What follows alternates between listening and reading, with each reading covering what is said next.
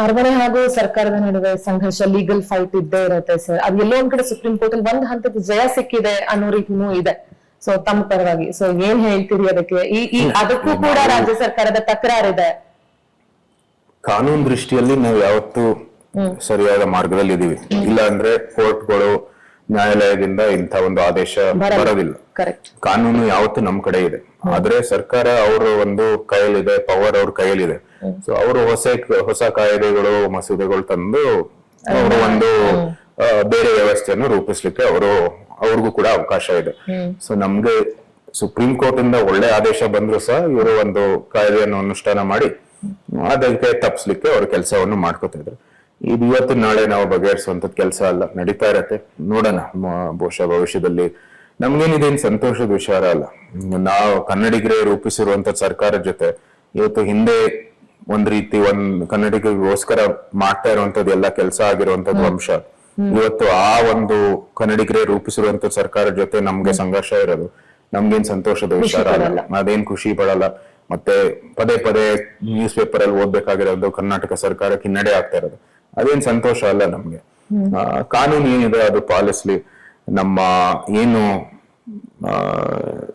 ಭಾರತ ಒಂದು ಗಣರಾಜ್ಯೋತ್ಸವ ಆಗಿರೋ ಸಂದರ್ಭದಲ್ಲಿ ಈ ಅಂದಿನ ಮೈಸೂರು ಸರ್ಕಾರ, ಇವತ್ತಿನ ಕರ್ನಾಟಕ ಸರ್ಕಾರ ಮತ್ತು ಕೇಂದ್ರ ಸರ್ಕಾರ ಮತ್ತು ಮಹಾರಾಜರ ನಡುವೆ ಏನು ಅಗ್ರಿಮೆಂಟ್ ಇತ್ತು ಅದನ್ನ ಪಾಲಿಸ್ಲಿ ಅಷ್ಟೇ. ನಮ್ಗೇನು ಜಾಸ್ತಿ ಏನ್ ಬೇಕಾಗಿಲ್ಲ.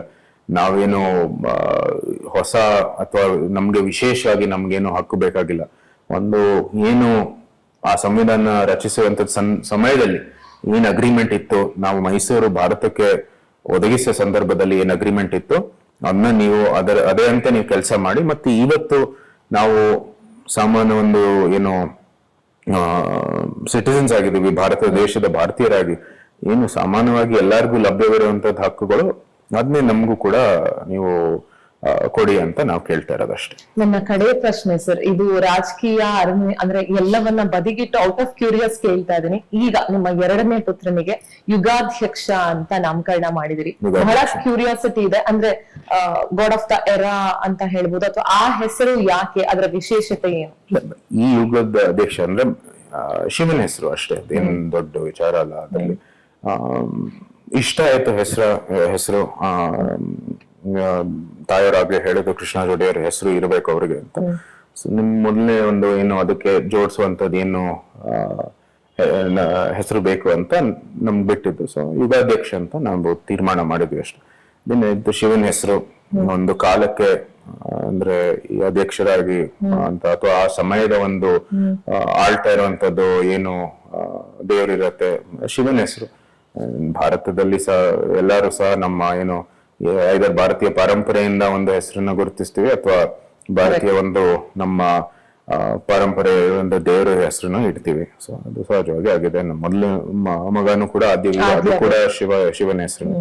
ಸೊ ಅದು ಸಹಜ ಹೆಸರು ಇಷ್ಟ ಆಯ್ತು ಅಷ್ಟೇ. ಎಷ್ಟು ಮಿಸ್ ಮಾಡ್ಕೊಳ್ತೀರಿ ಸರ್, ಎಸ್ಪೆಷಲಿ ಮಕ್ಕಳನ್ನ ಹೊರಗಡೆ ಹೋದಾಗ?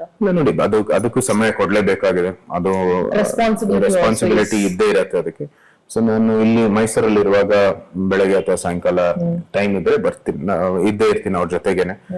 ಸಾಮಾನ್ಯವಾಗಿ ಸಾಯಂಕಾಲ ಹೊತ್ತು 1 ಅವರ್ ಆದ್ರೂ ಅವರು ಮಲ್ಕೊಳ್ಳೋಕ್ ಮುಂಚೆ ಇಬ್ರು ಮಗನ ಜೊತೆ ಇದ್ದೇ. ಓಕೆ ಸರ್, ಇನ್ನೇನು ಯುಗಾದಿ ಹಬ್ಬ ಕೂಡ ಹತ್ರ ಇದೆ. ನಾಡಿನ ಯುವಕರಿಗೆ ಏನ್ ಹೇಳ್ತೀರಿ? ಬಹಳ ಸೆನ್ಸಿಟಿವ್ ಆಗ್ತಾ ಇದಾರೆ ಯುವಕರು. ಆಸ್ ಅ ಯೂತ್ ನೀವು ಯುವಕರಿಗೆ ಏನ್ ಹೇಳಕ್ ಇಷ್ಟಪಡ್ತೀರಿ? ಏನ್ ಮೆಸೇಜ್ ಕನ್ವೆ ಮಾಡ್ತೀರಿ? ನಾನ್ ಇನ್ನು ಯುವಕರಿಗೆ ಏನು ಹೇಳೋ ಅವಶ್ಯಕತೆ ಇಲ್ಲ. ಅವ್ರಿಗೆ ಗೊತ್ತಿದೆ ಎಲ್ಲರಿಗೂ ತಮ್ಮದೇ ಆದ ಜೀವನದಲ್ಲಿ ಏನ್ ಸಾಧಿಸ್ಬೇಕು, ಏನ್ ಗುರಿ ಇದೆ ಅಂತ ಅವ್ರು ಬಹಳ ಸ್ಪಷ್ಟವಾಗಿ ಗೊತ್ತಿದೆ ನಮ್ಗಿಂತ ಹೆಚ್ಚಾಗಿ. ಅದಷ್ಟೇ ಯುಗಾದಿಯ ಒಂದು ಸಂದೇಶ ಏನು ಸಾವಿರಾರು ವರ್ಷದಿಂದ ಒಂದೇನೆ ಎಲ್ಲ ನೋವು ನಿಲುವುಗಳನ್ನು ಸಾಮಾನ್ಯವಾಗಿ ಸ್ವೀಕರಿಸಬೇಕಾಗಿದೆ. ಜೀವನದಲ್ಲಿ ಅದೆಲ್ಲ ಬರ್ತಾ ಇರತ್ತೆ. ಅದ್ರಲ್ಲಿ ಏನ್ ಬದಲಾವಣೆ, ಯುವಕರು ಇರ್ಬೋದು, ಹಿರಿಯರು ಇರ್ಬೋದು, ಗಂಡಸರು ಇರ್ಬೋದು, ಹೆಂಗಸರು ಇರ್ಬೋದು, ಎಲ್ಲಾನು ಕೂಡ ಅದು ಒಂದೇನೆ ಎಲ್ಲಾರ್ಗು ನಮ್ ಮುಂದೆ ಇರುವಂತದ್ದು. ಎಲ್ಲ ಸಾಮಾನ್ಯವಾಗಿ ಸ್ವೀಕರಿಸಿ ಮತ್ತೆ ಏನು ನಮ್ಗೆ ಒಳ್ಳೆ ಕೆಲಸ ಮಾಡುವಂತದ್ದು ಏನು ಅವಕಾಶ ಸಿಕ್ಕತ್ತೆ ಅದು ಒಳ್ಳೇದ್ ಮಾಡಿ ಬೇರೆಯವ್ರಿಗೆ ಒಳ್ಳೇದ್ ಮಾಡಿದ್ರೆ ನಿಮ್ಗೂ ಒಳ್ಳೇದಾಗತ್ತೆ.